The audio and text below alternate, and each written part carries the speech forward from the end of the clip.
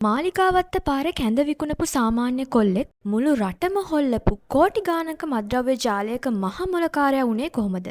Dubai වලදී අහුවෙලත් ලංකාවේ නීතියෙන් හිඩැස් වලින් රිංගලා රටින් පැන්න කංජිපානි ඉම්රාන්ගේ නොකියූ ඇත්තම කතාව මෙන්න. දෙමළ කොටි ත්‍රස්තවාදය නිමා වුණාට පස්සේ කොළඹ නගරයේ පාතාල බීතියෙන් සල්ලම් කරපු නමක් තමයි කංජිපානි ඉම්රාන්.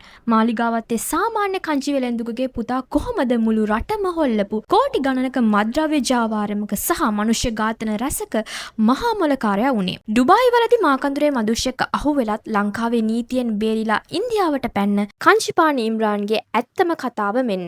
කංජිපානි ඉම්රාන් නැත්හොත් මොහොමඩ් නජීම් මොහොමඩ් ඉම්රාන් කියන්නේ මාලිගාවත්ත ප්‍රදේශයේ වැඩෙන කොල්ලෙක්. ඔහුගේ පියා මාලිගාවත්තේ කැඳ කංජි වෙළඳාම් කළ නිසා තමයි ඔහුට කංජිපානි කියන නම පටබැඳෙන්නේ. 2000 දශකයේ මුලදී මාලිගාවත්ත පාතාලය පාලනය කරපු ෆාජි නැමැති අපරාධකරුගේ කල්ලියට එකතු වන ඉම්රාන් ඉතාම කෙටි කාලයකින් ඒ කල්ලියේ ප්‍රධාන සේවකයෙක් බවට පත් වෙනවා. ෆාජිගේ ඝාතනයෙන් පස්සේ මාලිගාවත්ත බලය තමන්ගේ අතට ගන්න ඉම්රාන් මුළු කොළඹම බීතියට පත් කරන අපරාධ රැල්ලක් ආරම්භ කරනවා.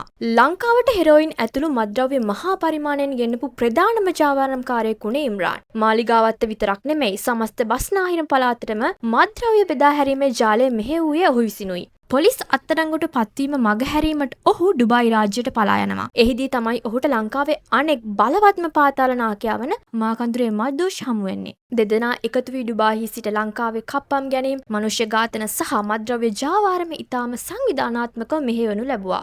2019 වසරේදී ඩුබායිහි හෝටලයක පැවති සාදයකදී මාකන්දුරේ මද්දෝෂ් සහ කංජිපානි ඉම්රාන් ඇතුළු පිරිස ඩුබායි පොලිසිය විසින් අත්අඩංගුවට ගෙන ලංකාවට පිටුහල් කරනු ලබනවා. ලංකාවට ගෙන ආ පසු නඩු විභාගය පැවැත්වන අතරතුර 2022 වසරේ අගභාගයේදී මහේස්ත්‍රාත් අධිකරණය මගින් ඔහුට ඇප හිමි වෙනවා. නමුත් ඇප ලැබී දින කිහිපයක් ඇතුළත ලංකා ආරක්ෂක අංශවල ඇස්වලට වැලි ගසමින් ඉම්රාන් තමිල්නාඩුව හරහා ඉන්දියාවට පලා යනවා. වාර්තා වන ආකාරයට ඔහු මේ වන විටත් විදේශගතව සිට තමන්ගේ ජාලය ක්‍රියාත්මක කරනවා. කංජිපානි ඉම්රාන් කියන්නේ ලංකාවේ නීතියේ තියෙන හිඩැස් වලින් රිංගලා ආරක්ෂක අංශවලට ලොකුම අභියෝගයක් වුණ චරිතයක්. සංවිධානාත්මක අපරාධ සහ මත්ද්‍රව්‍ය ජාවාරම රටින් තුනන් කරන්න නම් මෙවැනි ජාල මුලින්ම විනාශ කළ යුතු බවට හොඳම උදාහරණය ඔහුයි.